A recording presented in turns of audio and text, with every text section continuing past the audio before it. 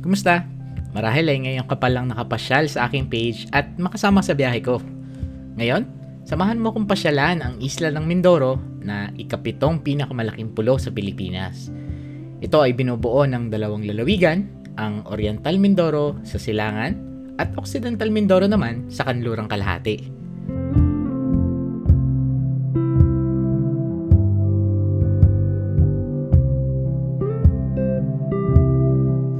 Sa biyahe na to, naranasan kong magmotor sa gitna ng gabi, sa tirik ng araw,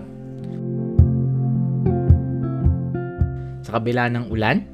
Patilahin natin itong ambon na ito kasi medyo nakakabasa. Kanina medyo umulan dito. Buti hindi masyado malakas. Sa sementado, asfaltado, at sira-sirang daan. Medyo challenging talaga ko. Hindi ako humihinga. Nilakbay ang patag, bulubundukin, karagatan, Presence lang ng dagat. Napaka-relaxing na. at maging ang himpapawid. Naranasan kong abutan ng ulan, masamang panahon. Kung di ko inatak, malamang inabot yung tent natin. Makita ng aksidente. Wow, may bumangga, no? Tingin ko nawalan to ng control. Masolo ang isang buong isla. Nilapitan tayo nung caretaker. Tatawid daw kasi siya at doon siya matutulog. Wala daw tayo kasama rito kaya. Maghanda ng sariling pagkain. Magtayo ng tulugan. Mamitas ng buko. Ako tayo ng dalawang buko, medyo napagod tayo. At makaramdam ng takot. Kinakatakutan ng sino mong rider. Sisimulan na ako na kabahan. Hanapin niyo ako rito sa Bulalakaw Bypass. Higit sa lahat, sa biyahe na to, nagkaroon ako ng pagkakataon na magnilay-nilay.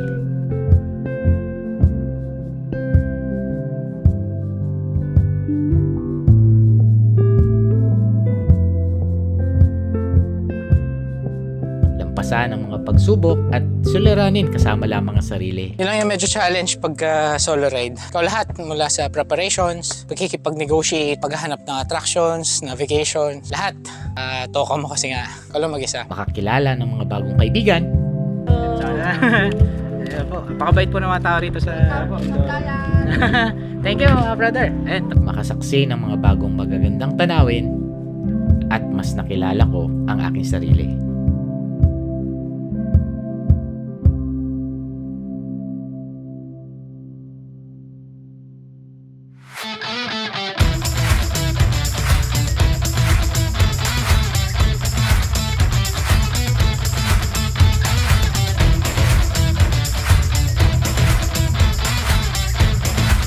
Tara na! Sama ka sa biyahe ko! Madaling araw ng Martes nang sinimulan natin ang pinaghahandaan natin na Mindoro Loop Adventure Ride. Ayan, so it's 2:34 AM. Cold start tayo, tinulak natin dito sa labas na para hindi mabulabog yung kapitbahay. Habang tulog ang karamihan, binaybay natin ang NLEX para maiwasan ang init at ang traffic. Mula Pampanga, halos 4 na oras din ang magiging biyahe natin papunta ng Batangas Port. Naging mabilis ang biyahe natin mula NLEX. So naman ang biyahe, yung gano'n ka, typical lang na volume ng sasakyan dito sa NCR. At pagdaan ng Skyway, tanaw na tanaw natin ang mga city lights ng NCR. Pagdating ng SLEX, ulan agad ang sumalubong sa atin. Kaya nagpahinga na muna tayo at nagpagas. Kaya ito magpagas, pahinga muna tayo sa CR break dito sa treats. Yan na natin sa kuli natin. Ang gas natin is 571, 60 pesos yung per dito. Thank you. Refreshment muna tayo dito sa maintenance. Medyo maulan pa. Matapos ang ilang minuto, tumila na rin ang ulan, kaya naman nagpatuloy na tayo sa biyahe.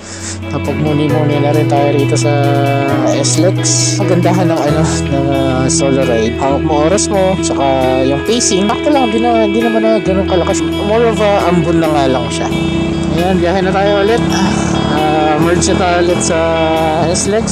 Pagpasok ng Star Tollway sa Batangas, nagkaroon ng pagbigat ng traffic dahil sa isang aksidente pala ang ating nadaanan. Ang traffic, wow, may bumangga, no? Tingin ko nawalan to ng control, mga kabiyahe. Kasi madalas ang kalsada, no? Nakabalagbag yung sasakyan doon. Paglabas ng toll, nagbayad tayo ng 538 mula SLEX hanggang dito sa Batangas Port. Halos pasikat na ang araw nang marating natin ang Batangas Port. Tatanaw na dun sa dulo, yan na yung Batangas Port. Next in line na tayo, so mag-ready na tayo ng payment na. Ano kaya? I think terminal fee lang naman ito. Minimal fee. Yung pinakabayad talaga ng Roro. Doon pa sa loob. Parang dito, terminal fee lang ito. Tapos, yung makuha mo rito na parang slip, siya yung papakita mo sa loob. Tapos maraming pila doon. Sasabihin naman ko anong lane. Sabihin mo lang rito kung saan ka papunta. Sasabihin ko anong lane ka dapat na pumila doon sa loob. No ma'am, good morning. Magkano pa? 95. Ayan. Matapos magbayad ng terminal fee, pumila na tayo sa linya ng sakayan papunta ng Abra de Ilog. Morning, sir. Good morning. Morning. Abra de Ilog, sir. Nagbayad na kayo ng 95? Yes, sir. Okay na, sir. Okay na. Okay. Number 3. Oh, haba ng pila. Isa ang Batangas Port sa pinakaabalang pier sa buong bansa. Ito ang nagsisilbing daanan ng mga produkto at sasakyan patawid ng Visayas at Mindanao mula Luzon at pabalik.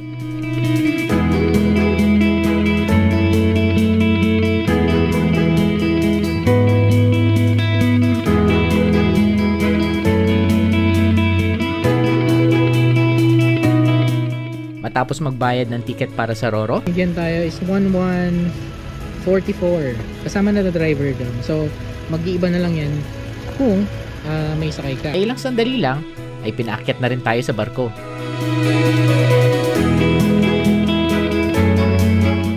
Nandito na kayo, huwag mo nang iwanan yung motor kasi instruct ko kayo kung paano siya itatali. Okay. So ayun, nakaakyat na tayo rito sa ating Roro. Hindi ko na na-document pagsakay.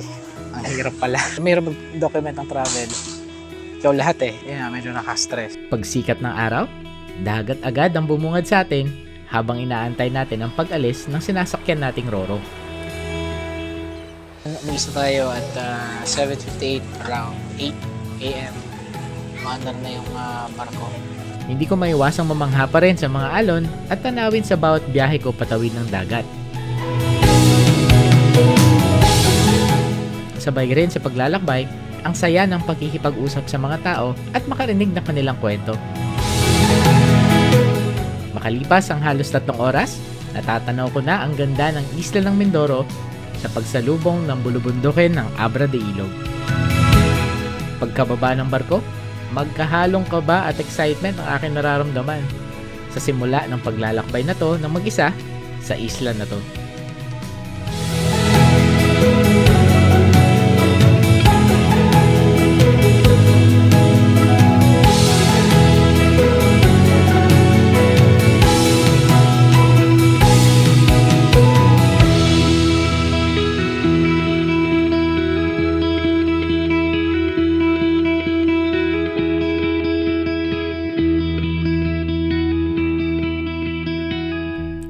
Ang pangalang Mindoro ay nagsimula sa salitang Espanyol na Mina de Oro o Mina ng Ginto. Kilala ang isla na to bilang minahan ng ginto ng panahon ng mga Kastila, kaya tinawag na tong Mindoro. Sa kabundukan ng Mindoro ay nakatira ang mga katutubong mangyan. Sila ang pinakaunang nanirahan sa isla ayon sa kasaysayan. Ipinagmamalaki din ng Mindoreño ang 3 bagay na sa isa lamang nila matatagpuan: ang katutubong mangyan, bundok ng halkon, at ang kilalang Tamaraw. Noong 1950, ang Mindoro ay hinati sa 2 probinsya, ang Oriental Mindoro at Occidental Mindoro. Ang Abra de Ilog ang una nating pinasyalan at sinilip ang dulo ng ginagawang daan patawid ng Puerto Galera. Dito na rin ako inabutan ng tanghalian, kaya kumain na muna sandali bago tayo magpatuloy sa biyahe. Ito yung food natin ngayon. Adobo.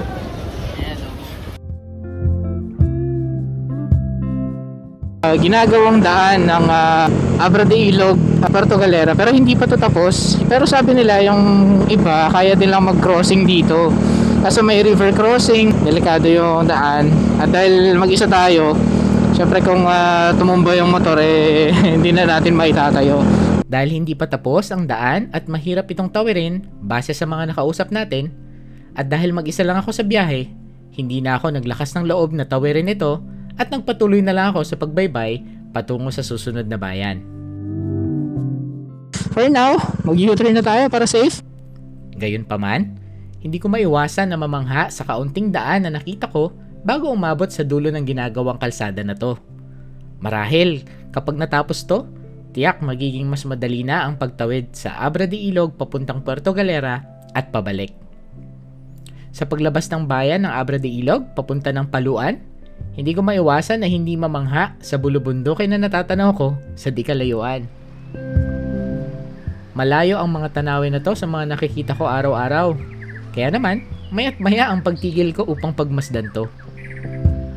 Kagaya nga ng nasabi ko noon, isa na rin siguro sa advantage ng pagbiyahe mag-isa o kaunti ang kasama, maaari kang magpahinga at tumigil sandali upang mas ma-appreciate mo ang tanawin. Patungo sa bayan ng Paluan, ang bayan na matatagpuan sa hilagang bahagi ng Occidental Mindoro, lunti ang mga puno, malamig na hangin at magagandang bulubundukin ang nadadaanan ko. Sa kabila ng tirik na sikat na araw, mga daan na ginagawa at tulay na makikipot, hindi ko ramdam ang pagod dahil sa kagustuhan ko na makita kung ano nga ba ang meron sa dulo ng isla na to. Mga 1:30 ng hapon, narating ko ang simpleng bayan ng Paluan. Nakipagkwentuhan sa mga tao, kumuha ng mga picture, at nagsimula ng maghanap ng matutuluyan para sa Day 1 ng Mindoro Loop Adventure Ride. Hindi ako pinalad na makahanap ng matutuluyan sa dulo ng bayan. Kaya naman, nagpasya ako bumalik sa mga resorts na nadaanan ko na.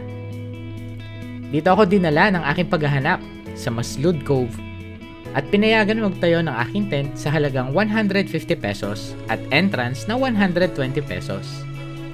Tinayo ko na ang aking tent at saglit na sinulit ang magandang tanawin kasabay ng paglubog ng araw. Walang ibang tao sa resort maliban sa mga staff nito, kaya naman talagang nagkaroon ako ng oras upang makapagmuni-muni. Wala ang tao rito kasi hindi siya peak season. Walang ibang guests. Masasabi ko na isang success ang unang araw ng aking biyahe, kasama lamang ang sarili at baon lamang ang lakas ng loob. Naligo na rin ako agad at kumain sa simpleng pagkain na inihanda ng resort staff sa akin. Maaga na rin ako nagpahinga upang ituloy ang aking biyahe bukas. Maraming salamat sa pagsama ha. Bukas muli, samahan mo ako sa biyahe ko. Tara na, sama ka sa biyahe ko.